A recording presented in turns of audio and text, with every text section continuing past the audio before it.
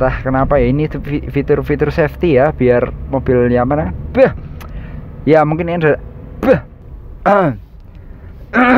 gagal lagi. Ulang. Kasah ngonoan kue. Bosan ndi kue?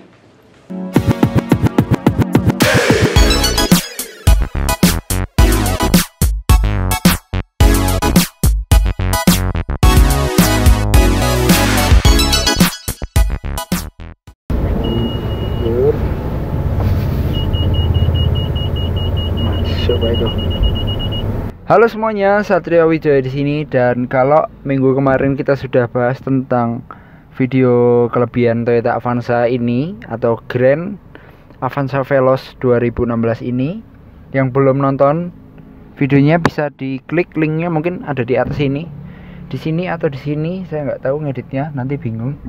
Terus, dan bagi kalian yang belum subscribe channel Satria Wijaya, silahkan bisa di subscribe. Caranya gampang sekali, di bawah ada tulisan subscribe.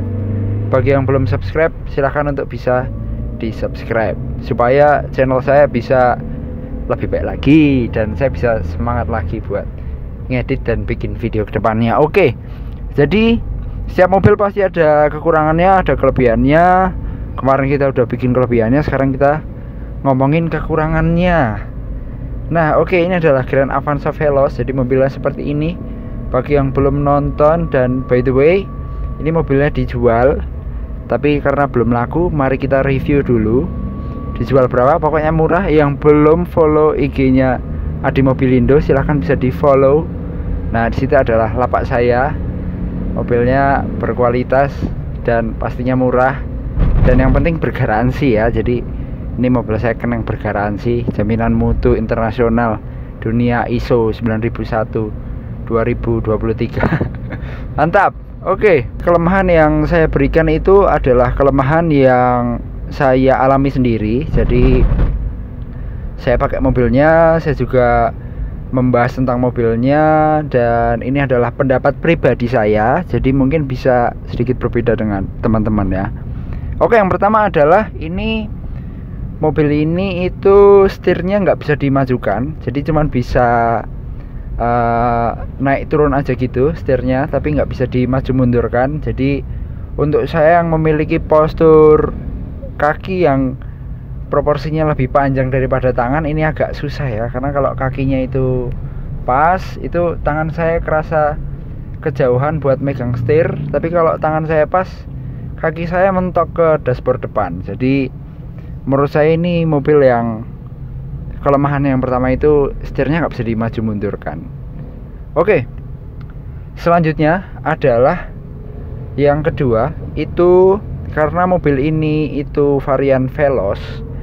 Jadi mobil ini itu punya setir yang terlapis kulit ya. Nah entah kenapa kulitnya itu gampang mengelupas, dan it's okay, nggak apa-apa walaupun itu gampang mengulas, tapi bisa di retrim. Nah, ongkos retrimnya nggak begitu mahal, mungkin 500 ribuan, dan itu tergantung bahannya, mau kulitnya kulit apa. Jadi ya itu sebuah masalah yang terpecahkan gitu maksud saya. Terus yang ketiga adalah shift knob-nya. Ini tuh terbuat dari kulit gitu cuy. Jadi shift knob-nya ini, karena saya orang yang gampang berkeringat tangannya, jadi mungkin orang yang dulu pakai mobil ini juga seperti itu. Jadi kelihatan shift knob-nya itu agak sedikit luntur gitu. Tulisannya, indikatornya 1, 2, 3, 4, 5 nya, karena itu terbuat dari kulit dan ini gampang mengelupas. Entah ini bahannya yang terlalu gampang gini, atau karena orangnya yang terlalu ekstrim megang tangannya atau kotor gitu ya, saya juga tidak tahu. Tapi yang jelas mobil ini seperti ini. Terus selanjutnya adalah yang keempat. Menurut saya itu entah kenapa saya ngerasa kalau mobil ini tuh transmisinya tuh kurang ya. Jadi itu perasaan sudah gigi 5 tapi jalan 100 itu ngeden-ngeden ya. Entah itu fitur safety juga atau gimana, tapi yang jelas itu kok menurut saya kurang gitu giginya. Saya biasa pakai Toyota Hilux single cabin, perasaan sudah pickup ya, cuman kok rasionya kayaknya lebih panjang nafasnya daripada ini. Mungkin ini adalah fitur safety buat Avanza yang naik itu nggak begitu kenceng-kenceng ya. Mungkin kalau ini giginya dikencengin, mungkin yang pakai Avanza bisa semakin seruntulan karena tenaganya enak dan lincah ya ini mobil lah, mantap. Terus selanjutnya adalah saya itu merasa apa ya, merasa mobil ini itu ini mobil memang praktis, tapi entah kenapa saya merasa mobil ini tuh susah untuk diajak halus gitu ya. Jadi itu untuk pindah-pindah gigi itu kita harus bener-bener pelan-pelan, bener-bener halus, bener-bener itu supaya kita nggak seruntulan gitu ya.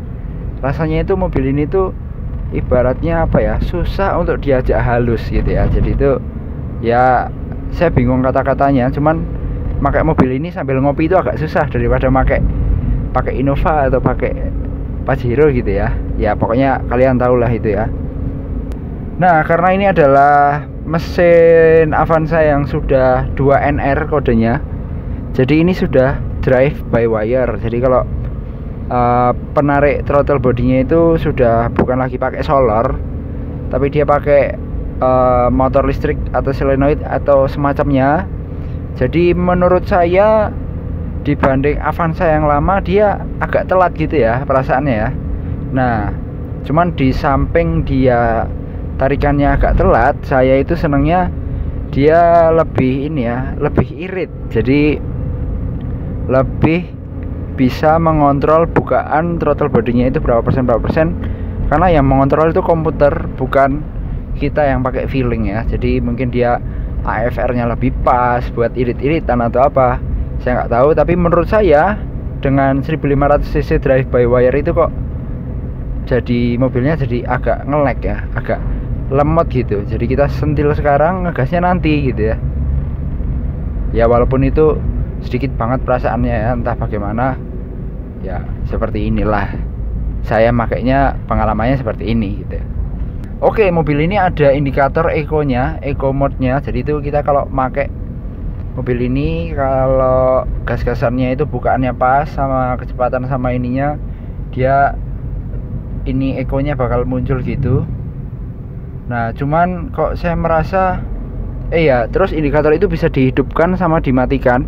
Kita bisa setting lewat MID-nya, cuman saya nggak merasa itu merubah settingan ECU-nya ya. Jadi itu mau indikator eco itu aktif atau indikator eco itu tidak aktif, itu sama sekali tidak mempengaruhi ECU-nya untuk dia bisa mengatur bensinnya lebih sedikit atau gimana. Tapi dia cuman sebatas indikator saja. Jadi itu menurut saya kok itu kurang ini ya, kayak Honda Beat aja atau NMAX itu ya, kalau digas keluar eco-nya itu yaitu NMAX ada nggak ya, saya kok lupa. Yang Beat itu ada ya, Beat yang baru itu. Terus tapi itu nggak masalah karena mengingat mobil ini juga harga barunya nggak seberapa, jadi it's okay. Cuman menurut saya itu kelemahan. Terus ini mobil saya pernah pakai dan di pintu belakang itu ada garnisnya yang warnanya black chrome. Entah kenapa itu garnisnya gampang sekali lecet, padahal garnis itu sering sekali dipegang.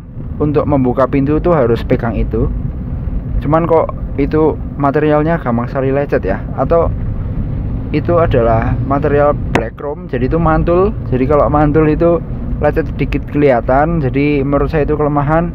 Harusnya dibikin warna-warna yang nggak lecet gitu atau gimana ya. Saya juga karena itu merusak pandangan sekali, karena itu posisinya rata-rata sama mata, jadi itu lihat terus gitu ya kalau lecet dari situ ya.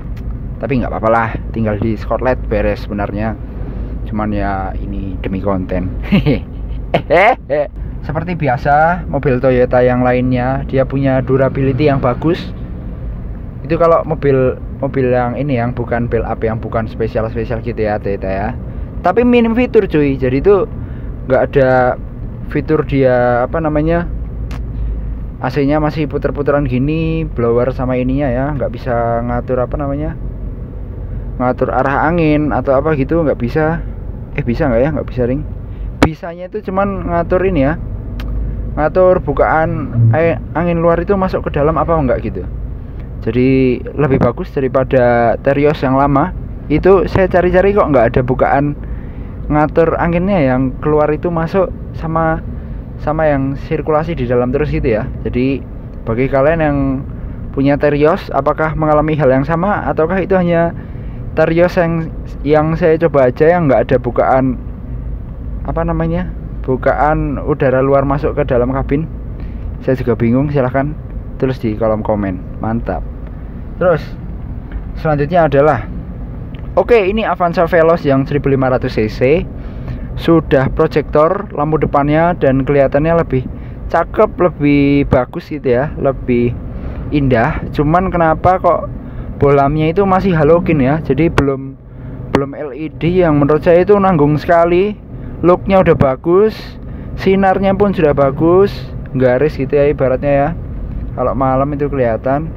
Cuman kok dia halogen, jadi agak sedikit mengecewakan sebenarnya. Kalau dia LED atau HID gitu ya, mungkin bakal lebih menjual buat Toyotanya. Oke lah, mantap. Terus apalagi ya, mungkin sekian dulu review saya tentang kelemahan dari mobil ini. Ini semua adalah tentang pendapat saya, jadi